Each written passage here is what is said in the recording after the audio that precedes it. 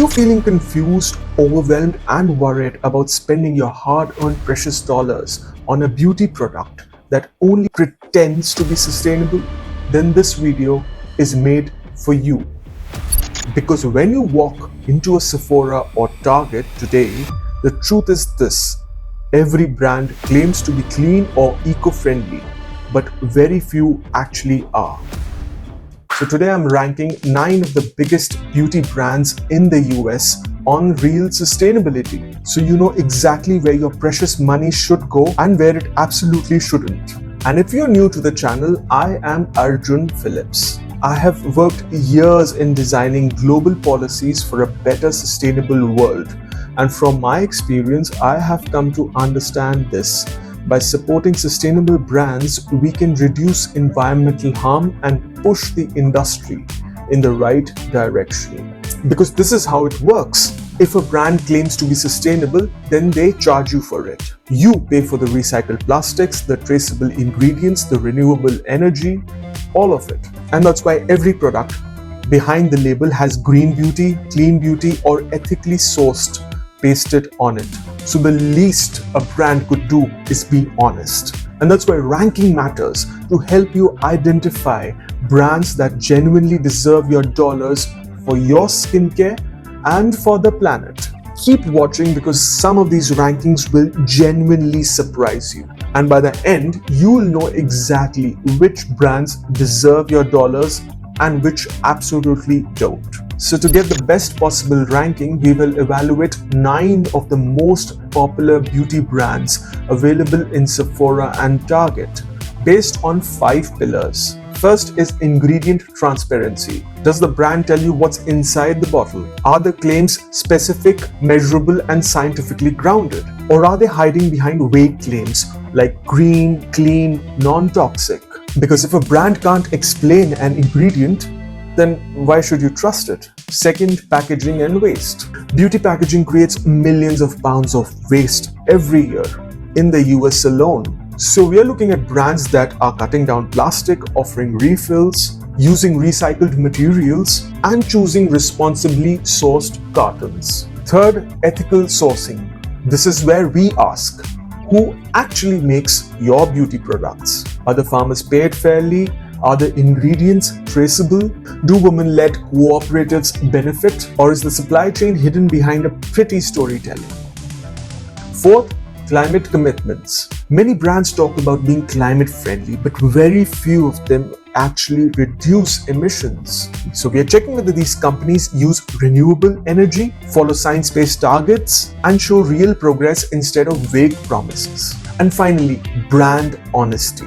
Because this is the most important one. Does the brand's sustainability marketing match the reality? Because a brand can have great packaging and clean formulas, but one misleading claim can break all the trust. And with these 5 pillars, we can see the difference between brands that genuinely try and those that just talk. And as usual, Professor Greenstein will help us in displaying the scores. Isn't that right, Professor? That's right. Let's begin, starting at number 9. At number 9 stands Body Shop. The Body Shop was started by Anita Roddick, and it became a pioneer in ethical beauty. But after she sold it, the brand underwent multiple ownership changes, and each shift weakened its sustainability backbone that once made it iconic. Now let's evaluate Body Shop. If you see ingredient transparency, it's mixed, because they used to be leaders. Now their explanations are kind of brief and outdated. Second, packaging and waste. Weak. Their refill stations closed, but their plastic tubs still dominate the market. At number 3, ethical sourcing. It's unclear. Now remember, Body Shop used to have a community trade program, which was pretty strong, but it's now rarely updated. At number 4, climate commitments. Very limited. Body Shop hasn't released any climate commitments reports since 2024. At number 5 is brand honesty, and it's nostalgia-led. They're still selling old ideas, but there's no new progress. Now to the main question.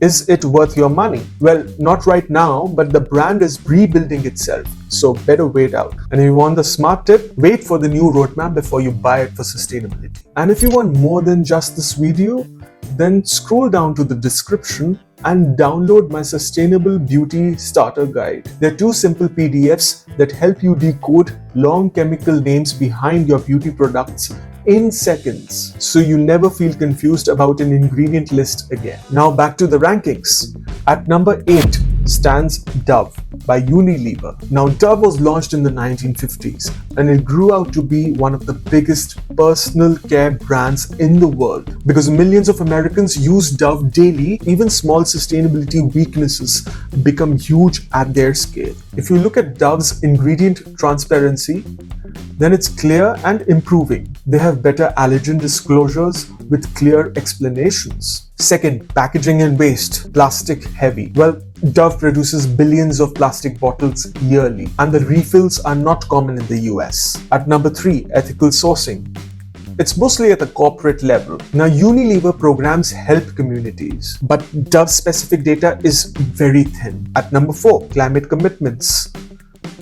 It's parent-led, meaning that Unilever is strong, but Dove is quiet. At number 5, brand honesty. It's kind of inconsistent. The emotional messaging is strong, but the environmental messaging is kind of weak. And now, is it worth your money? It's great performance and price, but not top tier for sustainability. And if you want my smart tip, use their bar soaps because they're the lowest in waste. At number 7 is Fenty Beauty. Now, Fenty Beauty was launched by Rihanna in 2017 and it changed the beauty world with an inclusive shade range. But while Fenty broke barriers in representation, its sustainability journey is still quite young. Now let's evaluate it. In ingredient transparency, Fenty Beauty is clear. There is no fear-based marketing that we see with other brands. Second, packaging and waste. It needs improvement because Fenty has a lot of plastics and very few refills. At number 3 is ethical sourcing. Well, they're quiet about it. Supply chain data is kind of missing. At number 4, climate commitments, limited. Again, very little brand data with regards to climate. At number 5, brand honesty. So this is one good thing about Fenty Beauty. It never claims to be a green brand. Is it worth your money? Well, yes, for performance, but not if you're looking for sustainability. And if you want a smart tip, choose their refillable Hydra Visor SPF. Now, proceeding to number 6 is Rare Beauty. Now, Rare Beauty was created by Selena Gomez to bring comfort, kindness, and mental health awareness into the beauty industry. It's one of the most loved beauty brands in the US. But sustainability isn't yet at the center of what they do.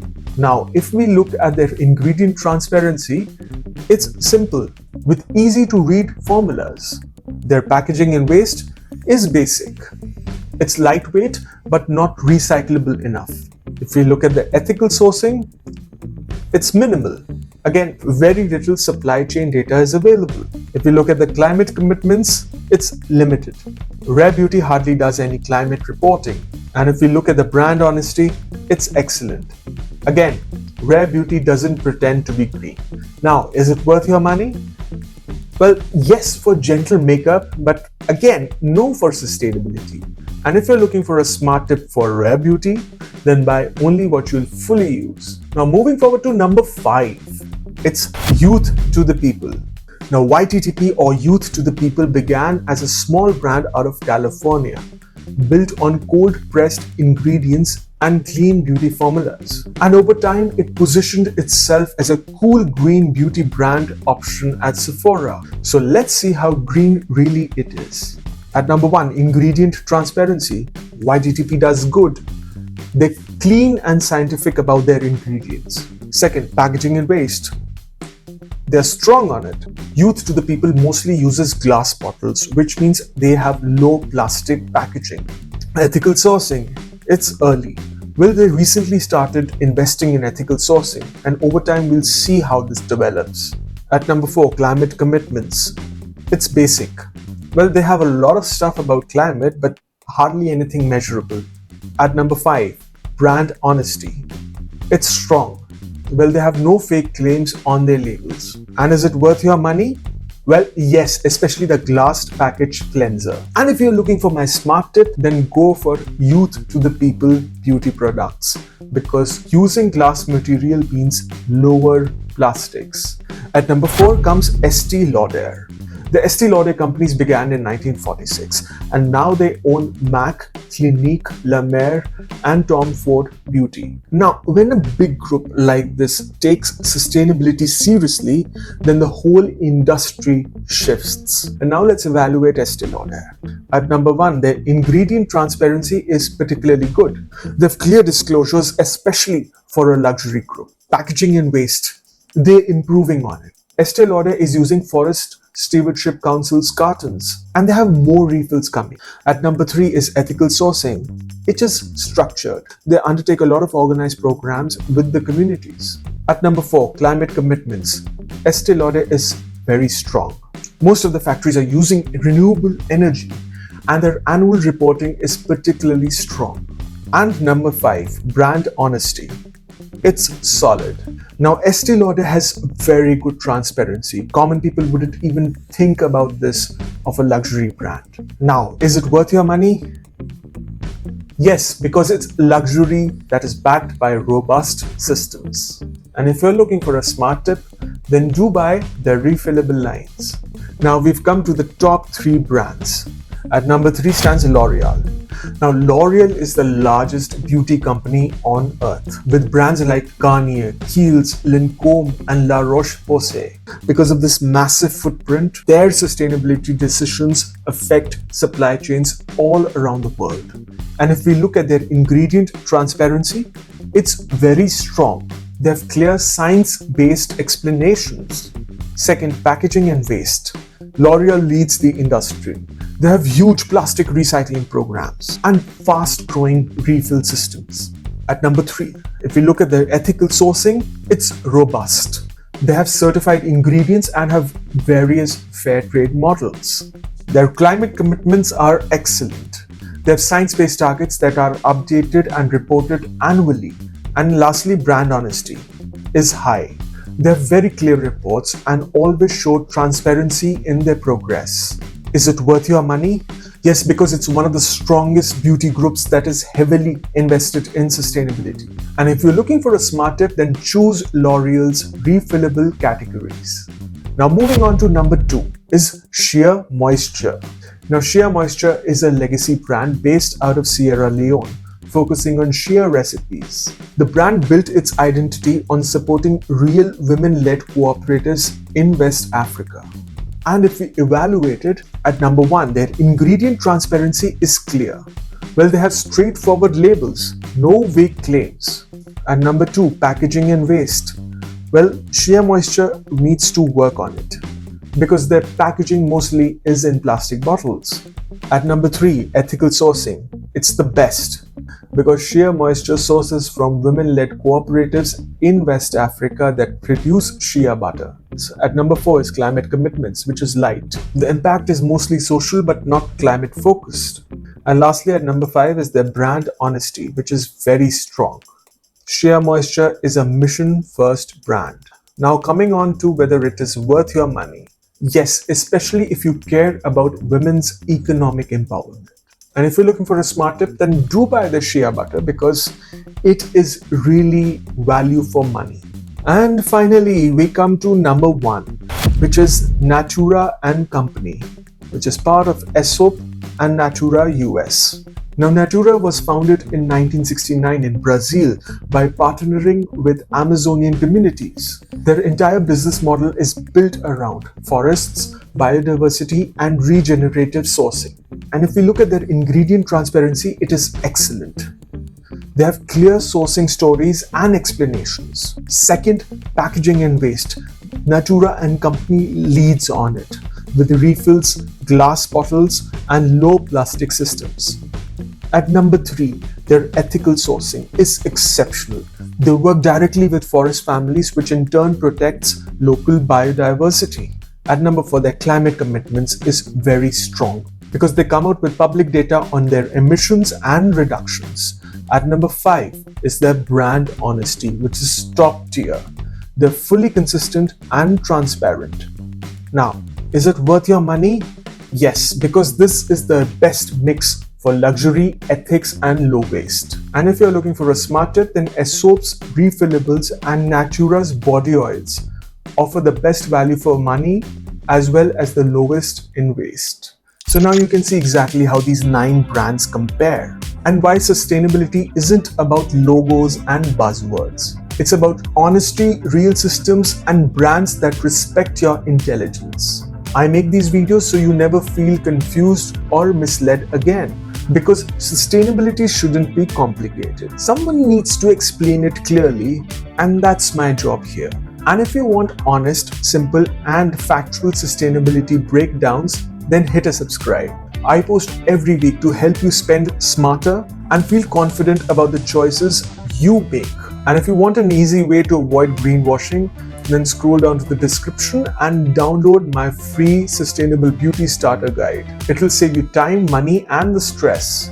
Now don't leave yet. Watch my video on distinguishing between a fake and a genuine sustainable beauty product. Just click here. Well, class, that's your sustainability report card.